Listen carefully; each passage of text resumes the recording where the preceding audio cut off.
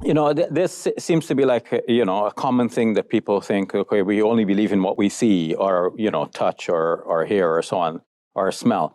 Or technically, we only believe in what we can empirically prove to actually exist. I don't believe in unicorns because we don't have the empirical evidence to suggest that they ever did exist. Same thing with leprechauns and other magical creatures that have been claimed to have existed, but actually have no evidence to support their existence. So if we're talking about empirical evidence and the reasons why we should or shouldn't believe in some claims, I would say that your claim has to be backed by some kind of evidence that actually couples it to reality. If it's not coupled to reality, then what you have is either imaginary or fictional or whatever word you want to use to describe something that doesn't exist in reality. But we know that that there are many things that we might believe without these being accessible to the five senses. There are logical truths, for example. He went the logical truths route, but I think a better comparison would be radiation. We can't perceive radiation, like we can't visually perceive it, we can't smell it, we can't taste it, we can't feel it. I mean, eventually you'll feel the effects of severe radiation poisoning, but that's not exactly feeling the radiation permeating your body. We can detect radiation using like a Geiger counter or something like that, and in that way we can infer that this radiation is in fact in the area that we're in, and we're being exposed to it. So I feel like that is akin to this whole idea of God, not being easily detectable by our five senses. It would be something that we can't necessarily see, taste, feel, or experience in a normal way. If I say I have $2 in one pocket and I have $2 in another pocket, then the conclusion that logically follows is that I have at least $4. 2 plus 2 equals 4.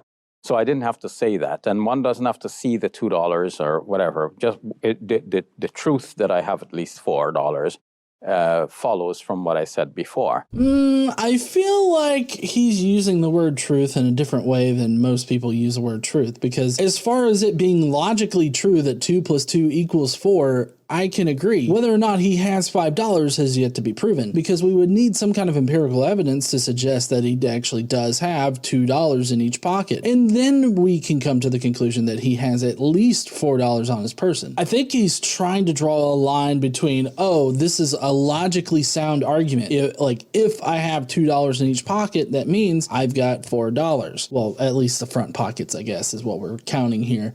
So in that sense, it's logically sound, but that doesn't mean that it's valid. It doesn't mean that he actually does have those $2 in each of his front pockets. We would need to see empirical evidence for that. I don't know how this actually relates back to the whole God question, other than you could say, oh, well, logically it's sound that if God is this, then, that means this. Like, you could make an argument like that, but it still is all predicated on this whole idea that God exists, which kind of seems to get into a little bit of presuppositional apologetics, that you've got to presume that God exists and then start arguing about the logical soundness of the properties of God or something like that. I really don't know how you would go about in that argument, but presuppositional apologetics is bullshit. So that's that can be proven, right? Like, because you can take out the dollars from your pocket and show, okay, it's $4.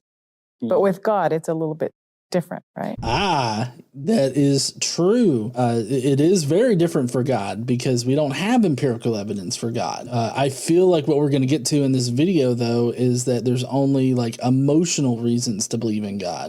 If there's no evidence for God, then what are you left with? Your emotions. You emotionally, you want to believe in God, or you feel better about yourself or your position or your situation when you do believe in God. I feel like maybe that's where this is going. Yes.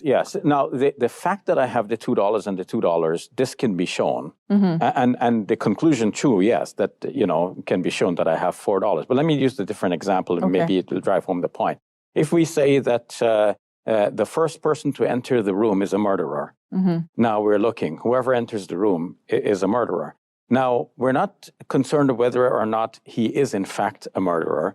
We're just concerned that the truth of that statement that he's the murderer follows from the premises that we said before. This seems a bit pedantic because he's dividing up these arguments into the last half of the argument and then the first half of the argument. And he's making the assertion, I guess, that you only want to focus on the latter half of the argument. The latter half of the argument being, oh, well, God exists, therefore these things are explained by God. But he's forgetting about the first part of the argument and not exactly getting us to God in the first place, establishing God's existence, which requires empirical evidence. Just like with his example here of the first person to walk into a room being a murderer. He's starting in the middle of the argument. The argument begins with the reasons why the murderer would come into whatever room you're talking about. Like you've set up a situation where you've implanted in the mind of whoever the murderer actually is that there's something in this room that he wants to get rid of or something like that. Like I'm just kind of thinking about this what if situation that he's proposed, this hypothetical. And then, the next person to come into the room or the first person to come into that room is the murderer because it's been implanted in that person's mind because they are the murderer.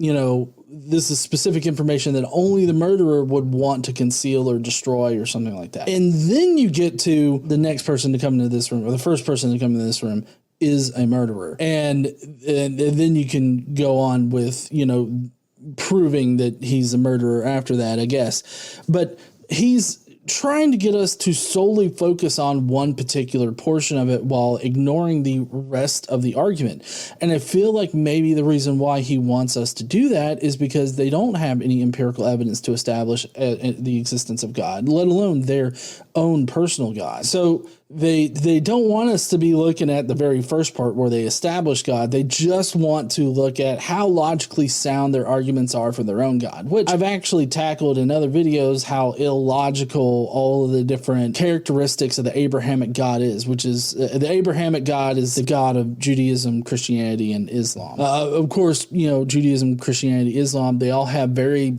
specific claims to their own particular branches, but they all, come back to the Abrahamic God, which is still illogical in nature. So the fact that their own definition of God isn't logically sound is not refuted by him solely focusing on only part of the argument that is logically sound if you present it in a vacuum that doesn't consider all of the other, claims of this God.